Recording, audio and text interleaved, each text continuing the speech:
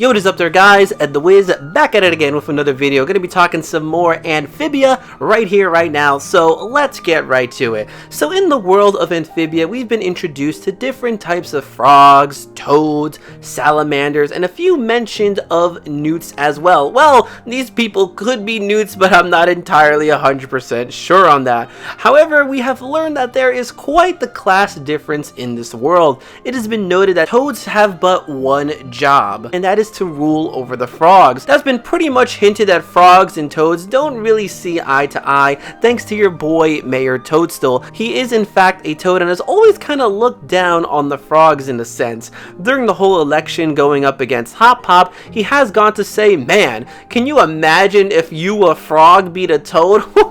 That would have made headlines and would have been absolutely crazy over here. But your boy Grime, being the big bad of course in this show, even wanted to execute Hop Pop for a sudden revolution uprising that he unintentionally started, inspiring other villages to revolt against the toads. So what we have here is basically toads versus frogs, or also in a sense toads are a higher class than frogs. But what about the newts? Now, newts were first introduced to us in the episode known as Family Shrub, where we learned that a newt became an honorary planter, and since then there have actually been some small hints that newts might actually play a big role in this world, so much that it even has its own class, a high class, if you will. In one episode, a frog mentions how her own daughter got accepted into Newtopia University, and then the episode known as Combat Camp, you can see one of the trains has its own whole little section, and it is labeled as Newtopia. Now, I'm pretty sure most people, know what a utopia is, but basically, it's an imagined place or state of things in which everything is perfect. So in hindsight, it looks like newts are that of the high class, toads are that of the middle class, and frogs are considered to be the low class. Now, in the episode Reunion, we did see a map that shows other towns outside of Wartwood, that being Swamp Shiro, Lily Paddington, and Bag Bottom, which I'm assuming next season we will be visiting those places, finally venturing outside of Wartwood, because the Valley Mountain type of structure that we've had surrounding Wartwood is finally disappearing. Now, the world of Amphibia is basically the shape of a lily pad, and that map that Sasha showed us, to me, doesn't look like it covers all of Amphibia. If it did, I feel like Newtopia would have been listed here somewhere on the map, but it isn't, so maybe toads only control a certain part of Amphibia. So that's interesting. Does that mean newts don't obey the laws of the toads?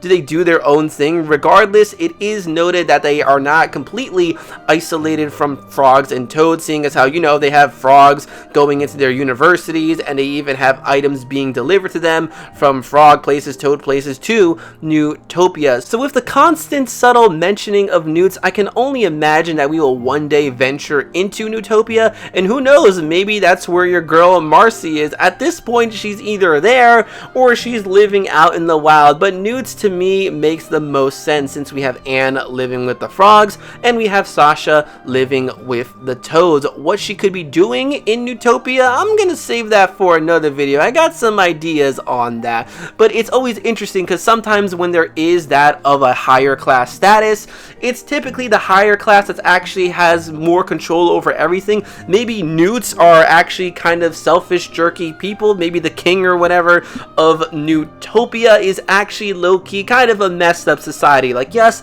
maybe newts are low-key the actual real villain within the show. I mean, think about it this way.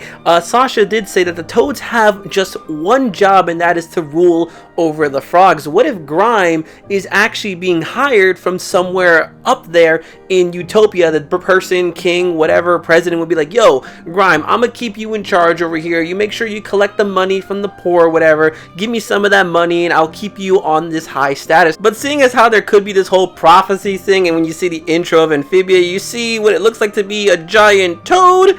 Maybe not, but it would definitely be a really interesting twist over here. Usually when we're dealing with a wealthy class of some type, a lot of the people are kind of scummy in a sense, but hey, who knows? Maybe it's not like that at all. Maybe the people of the Newts are actually pretty chill, pretty good, normal people. But maybe that would explain why one of the Newts became an honorary planter, because like, you know what?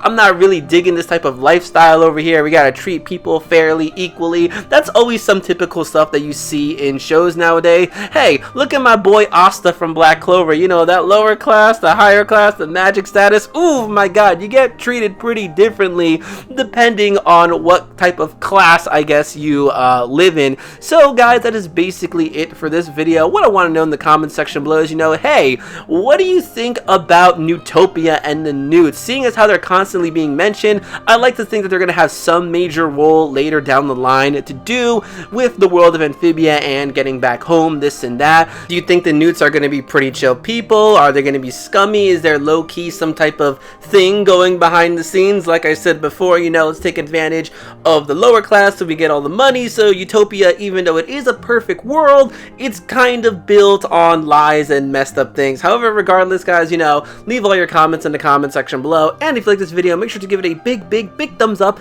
as that really helps me out. If you aren't already, you can follow me on Twitter. Same thing as my YouTube channel, which is Ed the Wiz, which would be really much appreciated, trying to reach 1K followers. And if you aren't already, you can follow me on Instagram, which is madswag12345, where I post all the good stuff. So until next time, guys, I'm gonna go ahead and say bye, pal. We'll see you soon.